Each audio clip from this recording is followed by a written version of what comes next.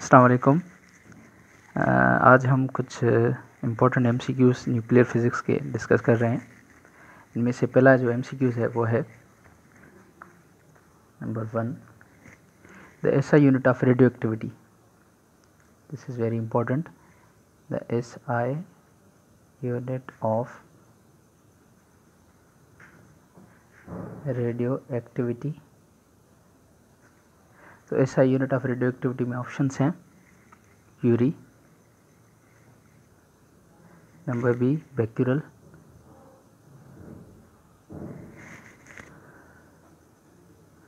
सी option है gray, number D में not. तो एसआई यूनिट जो रेडियो एक्टिविटी का होता है वो बेक्यूरल होता है, और जो क्यूरी है it is also use to measure radioactivity, but जो एक क्यूरी में बेक्यूरल्स होते हैं, one curie contains the becquerels, that is curie में जो बेक्यूरल्स होते हैं 3.7 इंटू 10 बेक्यूरल्स। तो ये चीज़ आपको जहन में रखनी है। तो ये ऐसा यूनिट इसका बेक्यूरल है।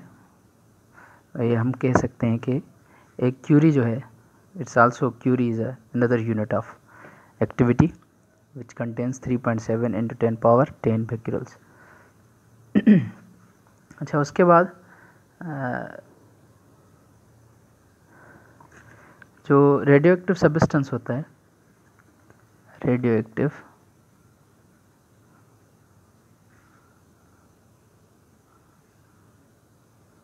substance emits radiations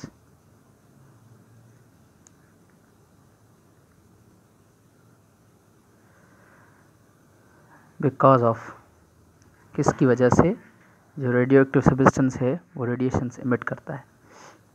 तो ये जो है ऑप्शंस आपको दिए गए हैं, एक केमिकल रिएक्शन की वजह से, इनस्टेबिलिटी इन द न्यूक्लियस की वजह से, या एक्सटर्नल टेम्परेचर चेंजेस की वजह से, या स्ट्रॉन्ग न्यूक्लियर फोर्स की वजह से। तो इसमें जो ऑप्शन होगा वो होगा due to instability in the nucleus. So इसका जो करेक्ट ऑप्शन है due to instability in the nucleus.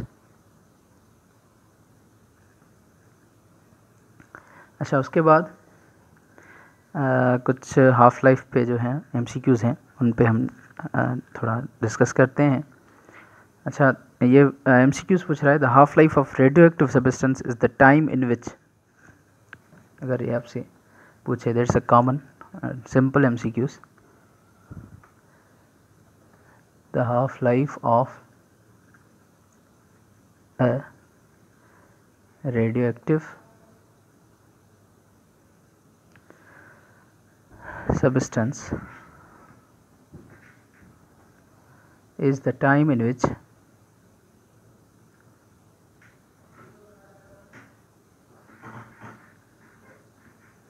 ये होता है, ये हाफ लाइफ वो होता है जिसमें half of the total atoms decay, जब हाफ जो है ना वो अनडिकेड रहें और हाफ डीके हो जाए। इसमें ऑप्शन क्या होगा? Half remain undecayed while half become decayed। तो और आपको ये भी पता होना चाहिए कि जो हाफ लाइफ है, मतलब टाइम हाफ लाइफ का, वो रेसिप्रोकल होता है, रेसिप्रोकल टू डीके कांस्टेंट के। जितना डीके कांस्टेंट ज़्यादा होगा हाफ लाइफ जो है वो कम हो जाएगी। यानी कि आप यूँ लिख सकते हैं inversely proportional to lambda decay constant. ये लैम्डा रिप्रेजेंट कर रहा है इधर डीके कांस्टेंट को।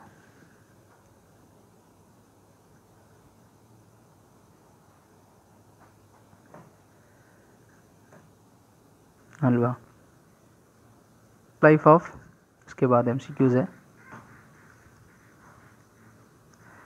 the half life of a certain radioactive isotope is 10 minutes. किसी सर्टेन जो है ना रेडियोएक्टिव आइसोटोप का हाफ लाइफ है 10 मिनट्स। अब पूछ रहा है if the initial number of nuclei is 800, if the initial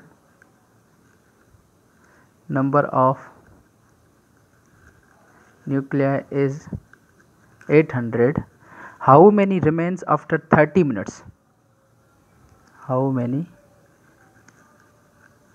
remains after 30 minutes? 30 minute के बाद कितने बचेंगे? अब ये जो है आप फार्मूला लगा सकते हैं। Formula it's quite simple, n is equal to n not divided by 2 power n।